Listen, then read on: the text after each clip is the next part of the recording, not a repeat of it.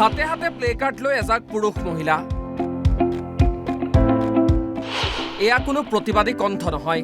play কাৰ্ডত নাই কোনো প্ৰতিবাদ সূচক শব্দ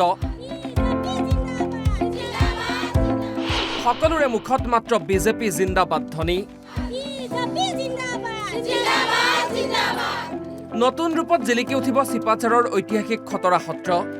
খতৰা সত্ৰই 10 কোটি 52 লাখ টকাৰ অনুমোদন লাভ কৰাৰ পাছতেই ৰাইজে ধন্যবাদ জ্ঞাপন কৰে ৰাজ্যৰ মুখ্যমন্ত্ৰী ডক্টৰ হিমন্ত বিশ্ব শৰ্মাৰ লগতে স্থানীয় বিধায়ক ডক্টৰ পৰমানন্দ ৰাজবংশীক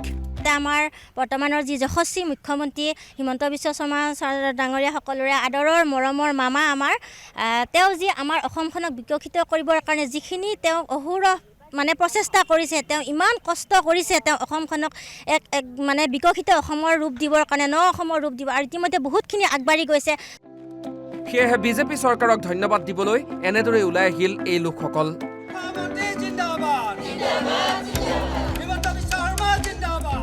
বিজেপি চৰকাৰ আৰু ৰাজ্যৰ মুখ্যমন্ত্ৰীৰ লগতে স্থানীয় বিধায়কক ধন্যবাদ শ্লোগানেৰে কৃতজ্ঞতা জনালে এইসকল পুৰুষ মহিলাই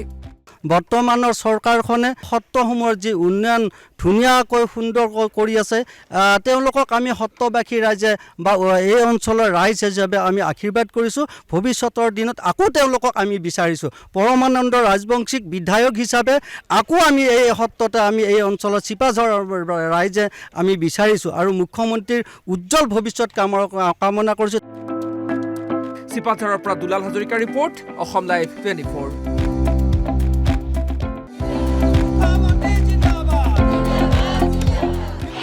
হাতে হাতে প্লে কাৰ্ড লৈ এজাক পুৰুষ মহিলা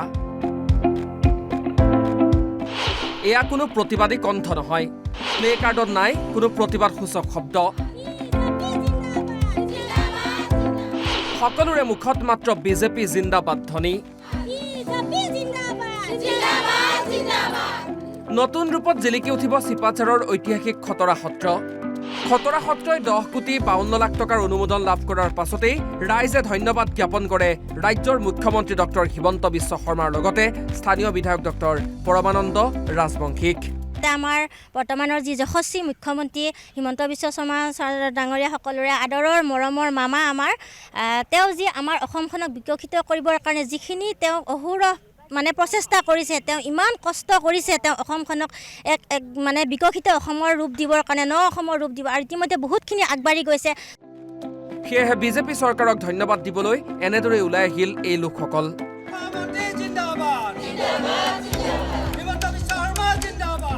বিজেপি চৰকাৰ আৰু ৰাজ্যৰ মুখ্যমন্ত্ৰীৰ লগতে স্থানীয় বিধায়কক ধন্যবাদ শ্লোগানেৰে কৃতজ্ঞতা জনালে এইসকল পুৰুষ মহিলাই বৰ্তমানৰ চৰকাৰখনে সত্ৰসমূহৰ যি উন্নয়ন ধুনীয়াকৈ সুন্দৰকৈ কৰি আছে তেওঁলোকক আমি সত্ৰবাসী ৰাইজে বা এই অঞ্চলৰ ৰাইজ হিচাপে আমি আশীৰ্বাদ কৰিছোঁ ভৱিষ্যতৰ দিনত আকৌ তেওঁলোকক আমি বিচাৰিছোঁ পৰমানন্দ ৰাজবংশীক বিধায়ক হিচাপে আকৌ আমি এই সত্ৰতে আমি এই অঞ্চলৰ চিপাঝাৰৰ ৰাইজে আমি বিচাৰিছোঁ আৰু মুখ্যমন্ত্ৰীৰ উজ্জ্বল ভৱিষ্যত কামনা কৰিছোঁ চিপাঝাৰৰ পৰা দুলাল হাজৰিকাৰ ৰিপৰ্ট অসম লাইভ 24